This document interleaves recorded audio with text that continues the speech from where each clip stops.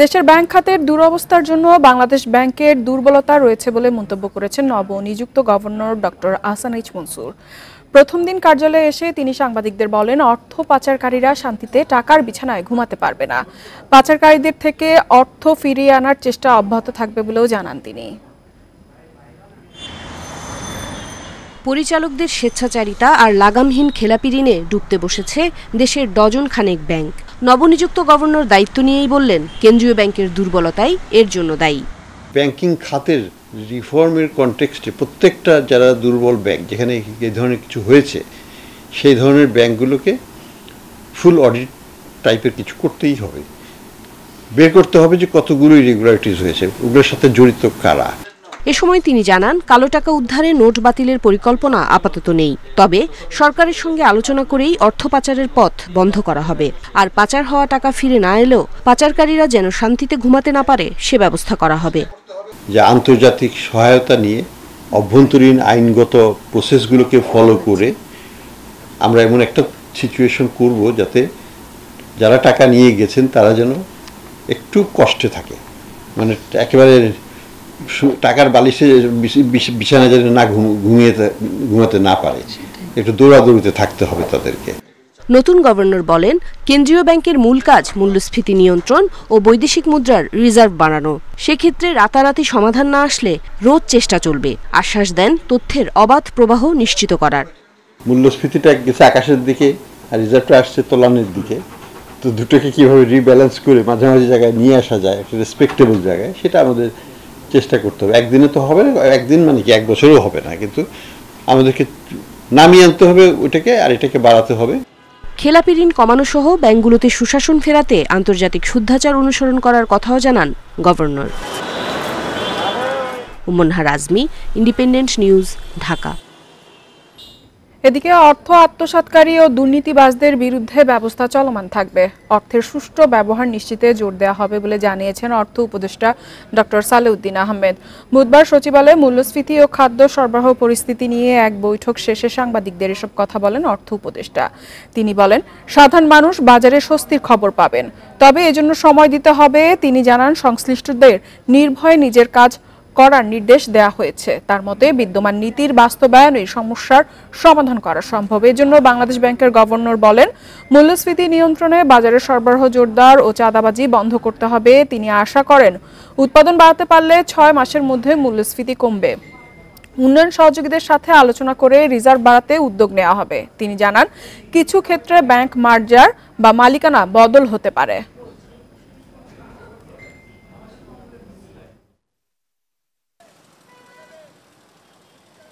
এই সমন্বয়হীনতার জন্য অর্থের অপচয় আমরা রোধ করতে হবে, আর অর্থের সুষ্ঠু ব্যবহার, সেটা দেশীয় সম্পদ হোক, বিদেশ থেকে ধার করা হোক, এই দুইটা কিন্তু আমাদের ক্রাইটেরিয়া। অপচয় করবো না, যেমন চাঁদাবাজি ইত্যাদি এই ইস্যুগুলো উঠে এসছে, সেই জায়গাগুলোতেও কাজ করতে হবে যাতে এটার এই কস্ট পুশ এলিমেন্টটা আমরা কমিয়ে কন্ট্রিবিউট করে ফেলতে পারি। থার্ড এলিমেন্ট হচ্ছে যে এটাকে আমরা বলি, আমরা কনভেনশনাল লিটারেচার বলে আমরা ডিমান্ড সাইড, চাহিদার দিক থেকে আমরা ইন্টারভেনশন করা, সেটা কিন্তু অলরেডি বাংলাদেশ ব্যাংক অলরেডি করছে। আর্থিক প্রতিষ্ঠান বিভাগের সচিব আব্দুর রহমান খানকে জাতীয় রাজস্ব বোর্ডের চেয়ারম্যান হিসেবে নিয়োগ দিয়েছে সরকার। বিকেলে এ বিষয়ে একটি প্রজ্ঞাপন জারি করে জনপ্রশাসন মন্ত্রণালয়। এর আগে লাগাতার আন্দোলনের মুখে অপসারণ করা হয় জাতীয় রাজস্ব বোর্ড এনবিআর এর চেয়ারম্যান আবু হেনা রহমাতুল মুনিমকে। তার সহ মোট 10 সচিবের চুক্তিভিত্তিক নিয়োগ বাতিল করে জনপ্রশাসন মন্ত্রণালয়। শেখ হাসিনা সরকারের পতনের পর এনবিআর চেয়ারম্যানের অপসারণের দাবিতে বিক্ষোভ করে আসছেন সংস্থাটির বিভিন্ন বিভাগের কর্মীরা। এনবিআর চেয়ারম্যানের বিরুদ্ধে স্বেচ্ছাচারিতা সহ নানা অভিযোগে তার পদত্যাগ দাবি করে আন্দোলনে নামেন কর্মকর্তা কর্মচারীরা। পদত্যাগ না করা পর্যন্ত আন্দোলন চালিয়ে যাওয়ার ঘোষণা দিয়েছিলেন তারা।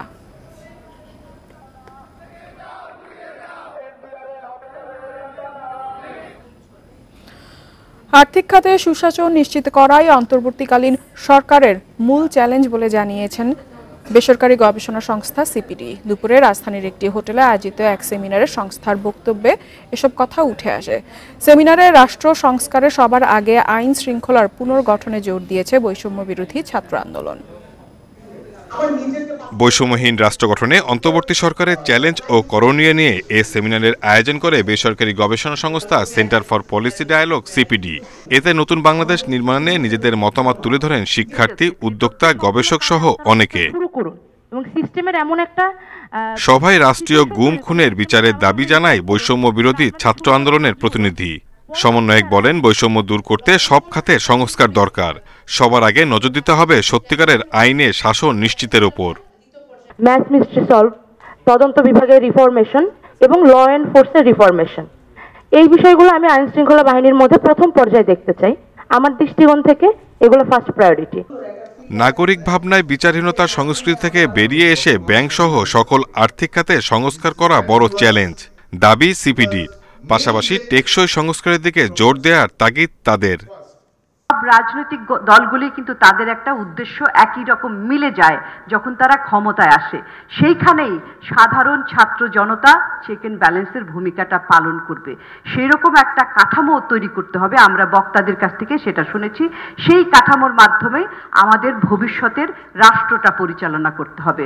আর্থিক খাতের চ্যালেঞ্জটা একটা বড় চ্যালেঞ্জ বলে আমি মনে করি। তার কারণ এটার সাথে আমাদের মূল্যস্ফীতি বলেন, এটার সাথে আমাদের আমদানি সক্ষমতা বলেন, এটার সাথে আমাদের বিনিয়োগ বলেন, এটার সাথে আমাদের কর্মসংস্থান বলেন, যেগুলো নাকি আমাদের এই ছাত্র জনতার আন্দোলনেরও একটা পেছনে কার্যকারণ হিসাবে কাজ করেছে। দেশ থেকে পাচার করা অর্থ ফিরিয়ে আনতে কার্যকর পদক্ষেপ নেওয়ার আহ্বানও উঠে আসে সেমিনারে। Shahid Ahmed, independent News, Dhaka. ব্যবসা বাণিজ্যের সার্বিক পরিস্থিতি ও করণীয় নিয়ে মতবিনিময় সভা করছে বিভিন্ন ব্যবসায়ী চেম্বার ও সংগঠন। সরাসরি চলে যাচ্ছে সেখানে। কারণ এই সংসদ গ্রহণযোগ্য নয়, এই সংসদ জনগণের ভোটে হয় নাই। তাহলে যদি বাণিজ্য সংগঠনগুলিও কি ওইভাবে হয়েছে? জনগণের ভোটে বা ওই মেম্বারদের ইচ্ছার প্রতিফলন তো সেগুলি হয় নাই। তাহলে আমি আজকে দাবি করব, সময় সুযোগ মতো এই ট্রেড বোর্ডগুলিও সংস্কার করে তাদেরকেও ভেঙে দিয়ে সত্যিকার নেতৃত্ব তৈরি করার জন্য নির্বাচনের মধ্য দিয়ে এই এগুলি সমস্ত সংস্থাগুলিকে পুনর্গঠন করা হোক। ধন্যবাদ সবাইকে ঐক্যবদ্ধ থাকার আহ্বান জানিয়ে মাহবুব ভাইকে আরেকবার ধন্যবাদ জানিয়ে আমি আমার বক্তব্য শেষ করলাম। আল্লাহ হাফেজ। ব্যবসা বাণিজ্যের সার্বিক পরিস্থিতি ও করণীয় নিয়ে মতবিনিময় সভা করছে বিভিন্ন ব্যবসায়ী চেম্বার ও সংগঠন। সরাসরি আবারও চলে যাচ্ছে সেখানে। আমি মনে করি যে আপনাদের সবার মধ্যে এই ধরনের একটা মনোবৃত্তি কাজ করবে এবং এটা 2 দিনের কিছু চালে আসবে না। আপনি যদি 15 বছর 16 বছর যদি করতে পারেন, স্ট্যান্ড করতে পারেন, তো 15 মাস বা 1.5 মাস আপনি অপেক্ষা করতে পারবেন না, এটা তো কথা বলতে পারেন না। দেখো আমাদের মধ্যে যেন ইউনিটিটা ভেঙে না যায়। এবং আমার ধরেন federation is our apex body. আমরা সবাই এখানে অনেকে আমার প্রাক্তন সভাপতিবৃন্দ আছেন। আমরা বিভিন্ন সময় আমরা নিজেদের ইয়েতে আমরা চেষ্টা করেছি। আগে আমাদের প্রক্সি ভোট ছিল, আমি প্রক্সি ভোট বন্ধ করে দিয়েছি। তারপরে আমাদের বিভিন্ন ভাবে যে আমাদের যে নমিনেশনে আমরা বলেছি 12 জন, সেখানে এখন কত 40 জন নাকি কয়জন 38। এখন চিন্তা করেন, আমরা বলছি 12 জন, সেখানে এখন 38। তো এইটা তো হতে পারে না। দেখো আমরা এটাকে ইনস্টিটিউশনাল রিফর্মটা আমরা করি এবং করতে তো অসুবিধা নেই। আমাদের পাস্ট প্রেসিডেন্টরা আছে, আপনারা যাদেরকে মনে করেন আরও এক্সপার্ট লোকদেরকে দিয়ে করেন এবং সেটার সামনে ফেডারেশনটার জন্য আমাদের মুকুট হয়ে থাকে। সেইখানের জন্য আমরা সবাই একত্র হতে পারি। তো ওইখানে আবার ওই দলীয় রাজনীতি এবং তার ভিত্তিতে আমরা যদি রিক্রুটমেন্ট করি সেটা যেন না হয়, আমরা এইটা চেষ্টা করতে থাকি। আমি এই আন্দোলনের বিজয়ের জন্য ছাত্র জনতা সবাইকে বিশেষ ধন্যবাদ এবং আমাদের কৃতজ্ঞতা প্রকাশ করছি। এইটাকে এই বিজয় আমরা কারো একা নয়, সবাই মিলে আমরা এই বিজয়টা এনেছি এবং আল্লাহ আমাদেরকে সাহায্য করেছে। যাত্রাবাড়ী আড়তে সিন্ডিকেট এবং চাঁদাবাজি বন্ধ সহ 9 দফা দাবি জানিয়েছেন বৈষম্য বিরোধী ছাত্র আন্দোলনকারীরা। এ সময় ব্যবসায়ীরা নিজেদের সমস্যার কথা তুলে ধরে দাবি বাস্তবায়নের প্রতিশ্রুতিও দেন। বুধবার সকালে যাত্রাবাড়ী আড়তে ব্যবসায়ীদের সাথে ছাত্রদের এক মতবিনিময় সভা হয়। গেল কয়েক মাস ধরে নিত্যপণ্যের ঊর্ধ্বমুখী দামে দিশেহারা সাধারণ মানুষ।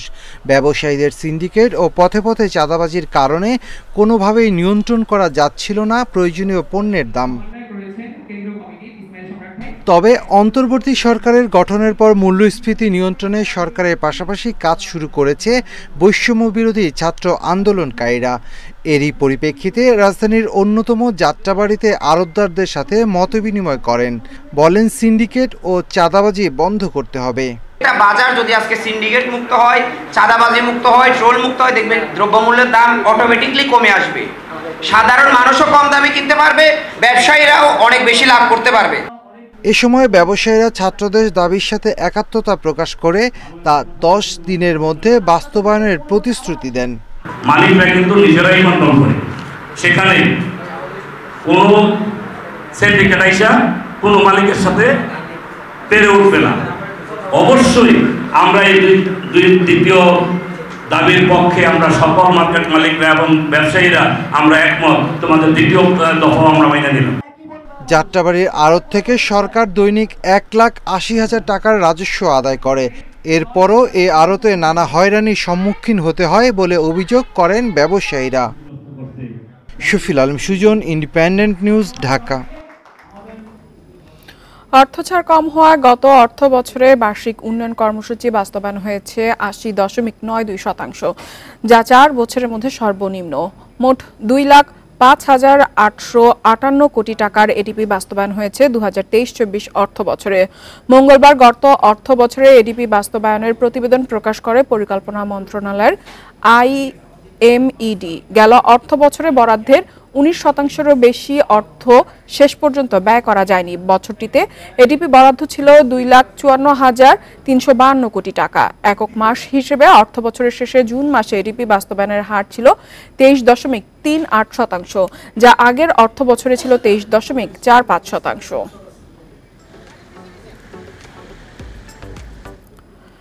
শেয়ার বাজারের খবর। 2 কার্যদিবস সংশোধনের পর বুধবার প্রধান শেয়ার বাজার ঢাকা স্টক এক্সচেঞ্জে সূচকের উত্থানে লেনদেন শেষ হয়েছে। পাশাপাশি লেনদেন ছাড়িয়েছে 1200 কোটি টাকা। এ সময় প্রধান সূচক DSE-X 84.81 পয়েন্ট বেড়ে অবস্থান করছে 5,952 পয়েন্টে। কোম্পানিগুলোর মধ্যে দাম বেড়েছে 116টির, কমেছে 239টির। অপরদিকে অপরিবর্তিত রয়েছে 42টি কোম্পানির বাজার দর। অন্যদিকে চট্টগ্রাম শেয়ার বাজারে সার্বিক সূচক বেড়েছে 132.55 পয়েন্ট। লেনদেন 18,13,00,000 টাকা।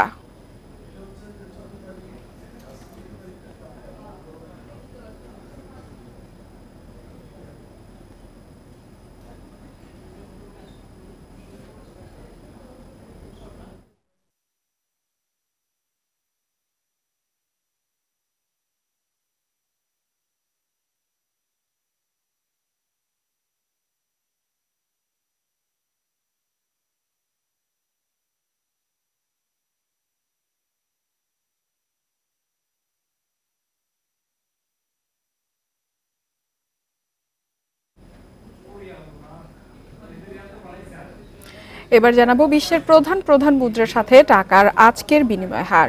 দর অপরিবর্তিত রয়েছে। যুক্তরাষ্ট্রের ডলারের বিনিময় হয়েছে 118 টাকায়। যুক্তরাজ্যের পাউন্ডের দর বেড়েছে, বিনিময় হচ্ছে 159 টাকা 34 পয়সায়। বেড়েছে ইউরোর দরও, বিনিময় হচ্ছে 136 টাকা 17 পয়সায়। দর অপরিবর্তিত রয়েছে ভারতীয় রুপির, বিনিময় হচ্ছে 1 টাকা 45 পয়সায়। দর অপরিবর্তিত রয়েছে সৌদি রিয়েলের, বিনিময় হয়েছে 31 টাকা 59 পয়সায়। আরব আমিরাতের দিরহামের দরও আজ অপরিবর্তিত রয়েছে। এ সময় মুদ্রাটির বিনিময় হয়েছে 32 টাকা 29 পয়সায়। দর বেড়েছে কুইতি দিনারের, বিনিময় হয়েছে 387 টাকা 58 পয়সায়। এছাড়া মালয়েশিয়ান রিঙ্গিতের দরও বেড়েছে, বিনিময় হয়েছে 26 টাকা 78 পয়সায়।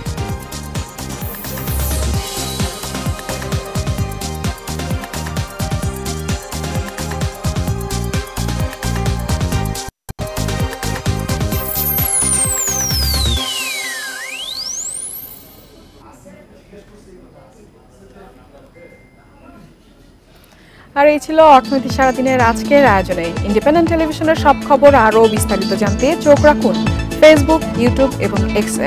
আমন্ত্রণ আমাদের পরবর্তী সংবাদে।